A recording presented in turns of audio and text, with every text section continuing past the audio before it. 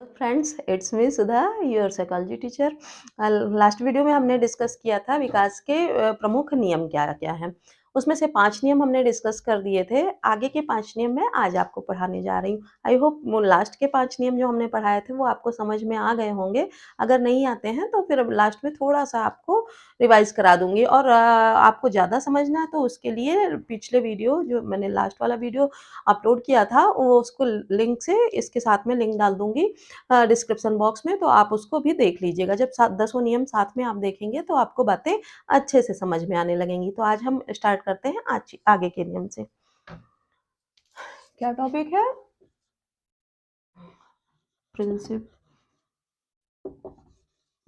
Principles of development.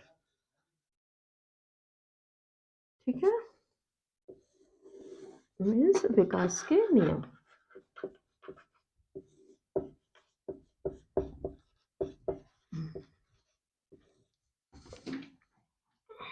छठा नियम देखिए हमारा क्या कहता है।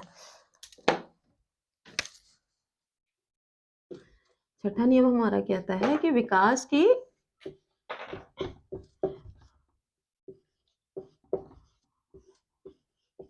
प्रत्येक अवस्था की अपनी विशेषता होती है। ठीक है, किस तरह से होती है?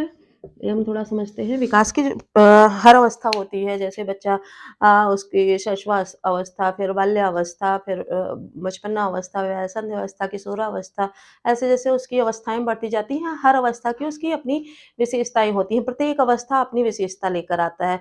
जैसे हम बच्चे की शैशवावस्था की बात करें, तो शैशवावस्था में वो अ अ, शैशवावस्था में वो क्या है, अपना हाथ-पैर, सिर हिलाता है। हाथ-पैर और उसको अपनी मतलब सिर्फ़ किससे होता है? माँ से होता है। उसके आगे 6 महीने बाद वो पिता को पहचानना शुरू करता है। ये उसकी स्पेशल विशेषता होती है, ठीक है? उसके बाद अगर हम मतलब बचपनावस्था की बात करें,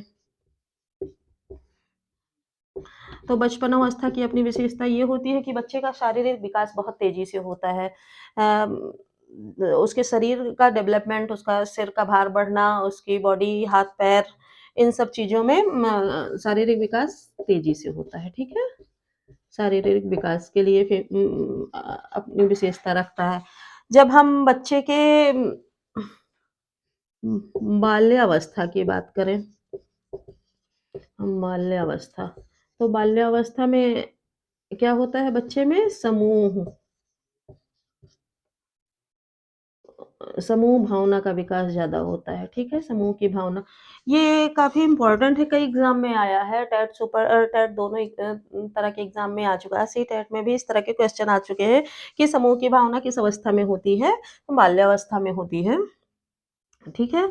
या फिर हम किशोरावस्था की बात करें तो पहले हम वयासंधि की बात कर लेते हैं। वयासंधि अवस्था में बच्चे में क्या होता है कि वो अपोज़िट सेक्स के प्रति मतलब अट्रैक्शन उसमें ज़्यादा होता है, जैसे कामुकता की भावना थोड़ी ज़्यादा हो जाती है, ठीक है? और अगर हम किशोरावस्था की बात करते हैं, तो किशोरावस्था में आते-आते बच्चा क्या करता है, उसका सामाजिक विकास बहुत तेज़ी से होने लगता है, उसमें तर्क और चिंतन की क्षमता भी बहुत ज़्यादा अपने चरम पे होती है, बुद्धि का विकास अपनी चरम अवस्था पे पहुँच जाता है और बच्चे में क्या होता है, बच्चे का सामाजिक विकास या फिर वो एक हीरो वर्शिप वाली बात आती है कि वो किसी को अपना आइडल मान के हीरो वर्शिप अपने किसी को आदर्श मानकर उनकी पूजा करता है, उसके अंदर आदर्शवादिता की भावना बढ़ जाती है। वहीं कुछ बच्चों की गलत संगत हो जाती है, उसकी मंडली मित्र मंडली अच्छी नहीं मिलती है, तो वो गलत संगत में भी चला जाता है। तो ये जो उसकी अलग-अलग अवस्थाएँ हैं, वो अपनी-अपनी एक अलग-अलग विशेषता रखती हैं। तो इस तरह हम कह सकते हैं कि विकास की प्रत्येक अवस्था अपनी एक अलग विशेषता रखती है, ठीक है?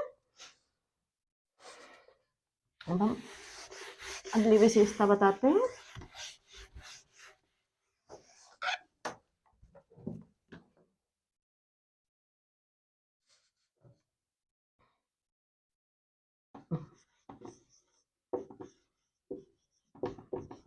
विकास, परिपक्वता, परिपक्वता यानी मैच्योरिटी, व अधिगम यानी कि लर्निंग के अंतःक्रिया का परिणाम होते हैं, होता है। ठीक है। पर विकास क्या होता है? परिपक्वता में व्यक्ति की मैच्योरिटी और जो उसकी लर्निंग होती है उसी का परिणाम होता है। कैसे? कैसे जैसे जब बच्चा जैसे-जैसे बड़ा हो जाता है उसका क्या होता है? पहले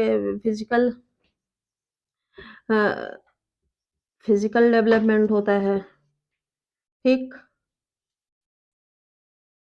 ठीक, फिर उसके बाद उसकी जो मांसपेशियाँ होती हैं, किसमें? मांसपेशियों में विकास होता है।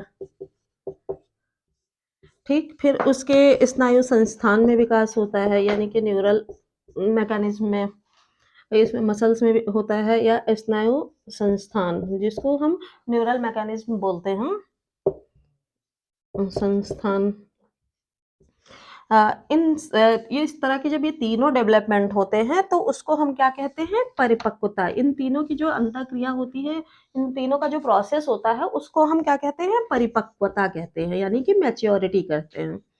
ठीक, ये हो गई मैच्योरिटी की बात। अब बात आती है लर्निंग की। तो जब बच्चा जैसे-जैसे बड़ा होता जाता है, बच्चे बड़े होने पे उसके हाथ-पैर, उसके जैसे फिजिकल ग्रोथ उसकी हो गई, उसका हाथ-पैर शरीर बढ़ने लगा, फिर उसकी मांसपेशियाँ जो उसके मसल्स हैं, उसमें थोड़ी मजबूती आती जाती है। मजबूती आने के बाद फिर बच्चे का क्या होता है? स्नायु संस्था, उसके न्यूरल सिस्टम में एक-दूसरे से कनेक्ट होते जाते हैं।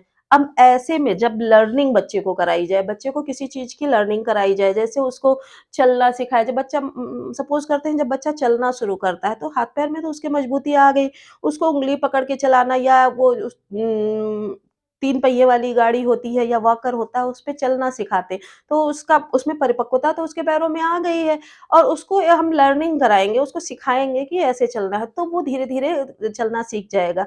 जब तक मैच्योरिटी नहीं आएगी तब तक वो लर्निंग नहीं कर पाएगा, और लर्निंग आप उसको बहुत करा लो, छोटा बच्चा पैदा हुआ, आप उसके अंदर मैच्योरिटी नहीं है, उसके पैर ज़्यादा परिपक्व नहीं है, उसके स्नायु संस्थान में मजबूती नहीं है, वो कुछ सीख नहीं सकता, आपकी बातें नहीं समझ सकता है, तो वो लर्निंग भी नहीं कर पाएगा। तो इस तरह से हम कह सकते हैं कि जो डेवलपमेंट है वो परिपक्वता और अधिगम का परिणाम है, मीन्स मैच्योरिटी और लर्निंग को मिला के ही डेवलपमेंट प्रॉपर तरीके से हो पाता है। ठीक है। अब हम नेक्स्ट की बात करते हैं।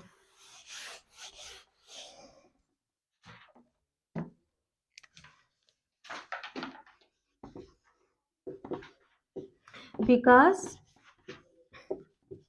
एक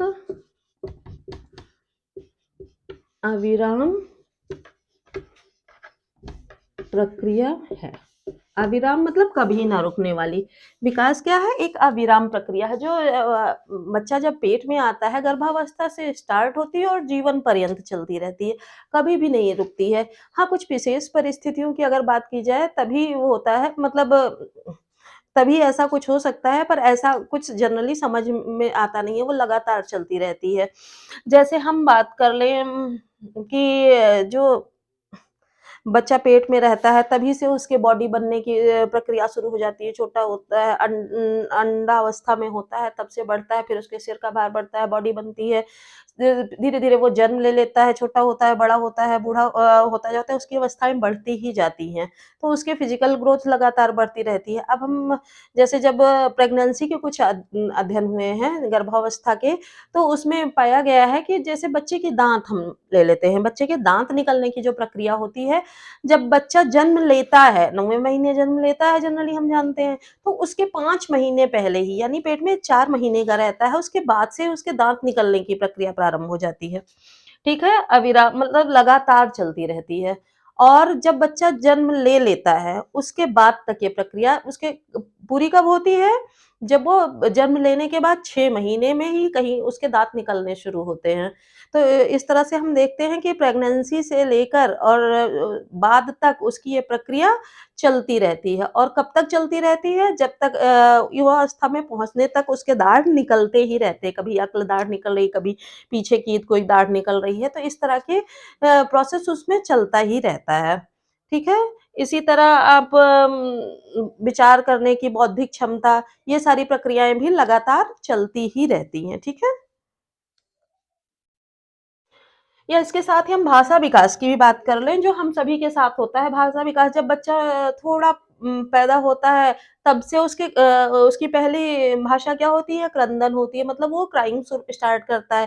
क्राइंग से स्टार्ट होता है, धीरे-धीरे वो का, उ कुछ बोलता है, फिर माँ, पापा या काका ऐसे शब्द बोलता है। धीरे-धीरे उसके शब्द भंडार बढ़ते जाते हैं और हम देखते हैं कि हम अब फुली मैच्योर हो चुके हैं, अभी भी हमारे दिन-प्रतिदिन हमारे शब्द भंडार में वृद्धि होती ही जा रही है, मतलब निरंतर हमारा शब्द भंडार भाषा विकास बढ़ ही रहा है। तो किसी तरह के विकास की बात करें तो वो अविराम प्रक्रिया है और निरंतर चलती ही रहती है, ठीक है?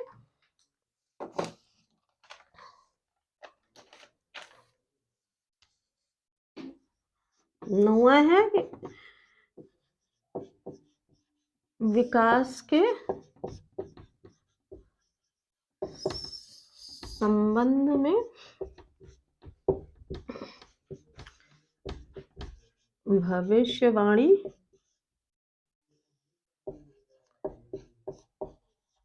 की जा सकती है, ठीक है? विकास, विकास ऐसी प्रक्रिया है जिसके संबंध में हम कह सकते हैं भविष्यवाणी की जा सकती है। किस तरह से भविष्यवाणी की जा सकती है? जैसे कि बच्चा हम ये कह लेते हैं कि बच्चा जन्म लिया है तो उसकी फिज़िकल ग्रोथ होगी ही होगी। ये बच्चे हम ये बता देते हैं कि बच्चा अभी मैंने जैसे दाँत निकलने का प्रोसेस स्टार्ट किया तो हम भविष्यवाणी करते हैं 6 महीने का हो गया, अब इसके दाँत निकलने शुरू हो जाएँगे। बच्चा 1 साल का हो गया, अब वो चलना शुरू कर देगा। ये ब इस तरह की भविष्यवाणियाँ या फिर कह लीजिए कि बच्चा 6-7 साल का हो गया है 5 साल का हो गया है, वो अपने मल-मूत्र त्याग को आसानी से बता लेता है, प्रकट कर लेता है अपने भाव या बाल्यावस्था में पहुँच गया तो उसमें समूह प्रवृत्ति आ गया है, किशोरावस्था में पहुँच गया, अब उसकी सामाजिक क्षमता, नैतिकता ये सब अब डेवलप हो चुकी है। ये सब इस तरह से हम देखते हैं कि उस विकास के बारे में भविष्यवाणी की जा सकती है। हाँ, एक चीज़ है कि इन सब चीज़ों में बच्चा कैसा होना चाहिए? बच्चा सामान्य होना चाहिए, सिर्फ़ सामान्य दृष्टि में, ठीक है? अब नॉर्मल बच्चे जो होते हैं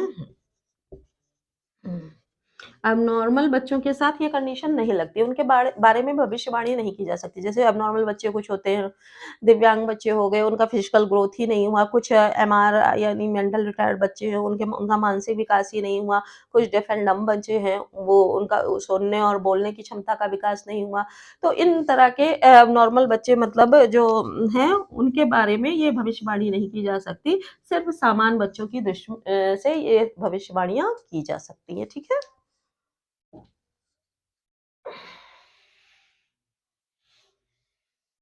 नेक्स्ट हमारा आता है कि विकास में क्रांतिक अवधियाँ पाई जाती हैं। क्या है?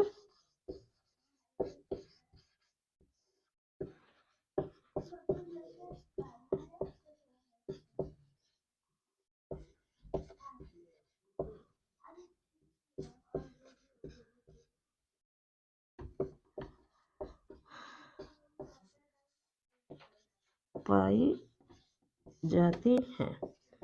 अब आपके मन में प्रश्न आ रहा होगा कि विकास में क्रांतिक अवधियाँ किसको कहते हैं? क्रांतिक जैसे हम कह देते हैं किसी तरह की मतलब कुछ अलग घटना घट जाना। कुछ ऐसी घटना जिससे किसी चीज़ पर प्रभाव पड़ रहा हो। जैसे आपने हिस्ट्री में पढ़ा होगा कि औद्योगिक क्रांति हो गई या फिर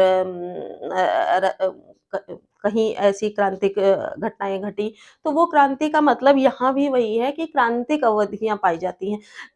कि जैसे बच्चे के जीवन में कुछ ऐसी घटना घट जाती है जिसका उसके जीवन पर पूरे जीवन पर्यंत उसका विकास पर असर वो डालती है। क्रांतिक अवधियाँ उसी तरह की होती हैं। जैसे बच्चा एक प्रयोग में देखा गया था, उसको जंगल में छोड़ दिया गया तो वो जानवरों की तरह बिहेव करने लगा। तो उसका क्या असर हुआ कि वो जानवरों के बीच में रह गया, उसके डेवलपमेंट पे किसी तरह का फ़ोकस नहीं किया गया।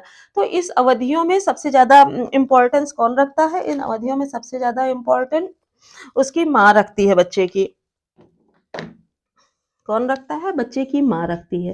जैसे बच्चे की माँ ऐसी है कि बच्चे उसको ये माँ को ये पता होना चाहिए कि बच्चे को कब उसके पास की ज़रूरत है, कब उसके दूर की ज़रूरत है, कब बच्चे की कौन-सी आवश्यकता है और किस समय बच्चे के ऊपर ज़्यादा ध्यान देना है, कब बच्चे को फ़ोकस करना है, बच्चे के बारे में मतलब हर एक बात माँ को पता होनी चाहिए। कहीं ऐसी कंडीशन बनती है कि माँ नहीं है तो उस कंडीशन में बच्चे का स्वभाव क्या होता है, कई बार बहुत रूड हो जाता है, कई बार बच्चा बहुत डरा-सहमा हो जाता है। कई बार ये होता है कि हाँ, पिता के साथ नहीं है बच्चा या माँ-पिता दोनों अलग रहते हैं, तो उन कंडीशंस का भी बच्चों के ऊपर बहुत इफ़ेक्ट पड़ता है।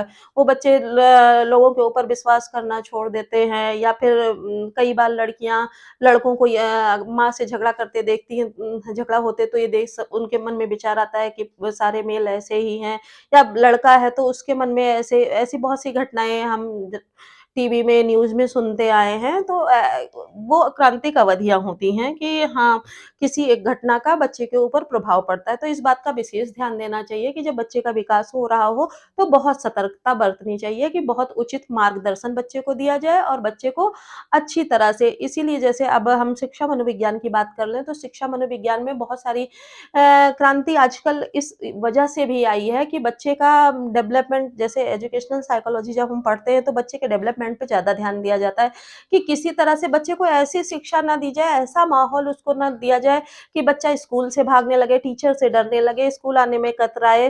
तो इन्हीं सब सुविधाओं को ध्यान में रखते हुए एजुकेशन की फील्ड में साइकोलॉजी को ऐड किया गया है या चाइल्ड डेवलपमेंट की बात उसमें की गई है कि इस तरह की किसी अवधियों का प्रभाव बच्चे पे ना पड़ने पाए, ठीक है? आई होप आप लोगों को समझ में आ गया होगा। इसके अलावा हमने पढ़ा था विकास एक निश्चित क्रम का अनुसरण करता है। थोड़ा-थोड़ा मैं लिख दूँ या विकास एक निश्चित क्रम का अनुसरण करता है या इसका निश्चित क्रम का ये था, दूसरा था सामान्य से विशिष्ट की ओर चलता है। कैसा होता है? सामान्य से विशिष्ट की ओर, ठीक? या अ, तीसरा हम कहते हैं तीव्रता, मंदता पाई जाती थी विकास में, तीव्रता व मंदता या चौथा हम ले लें एक दूसरे से संबंधित होते हैं या पाँचवाँ हम ले लेते हैं भिन्न-भिन्न अंगों का विकास भिन्न-भिन्न गति से होता है, ठीक है?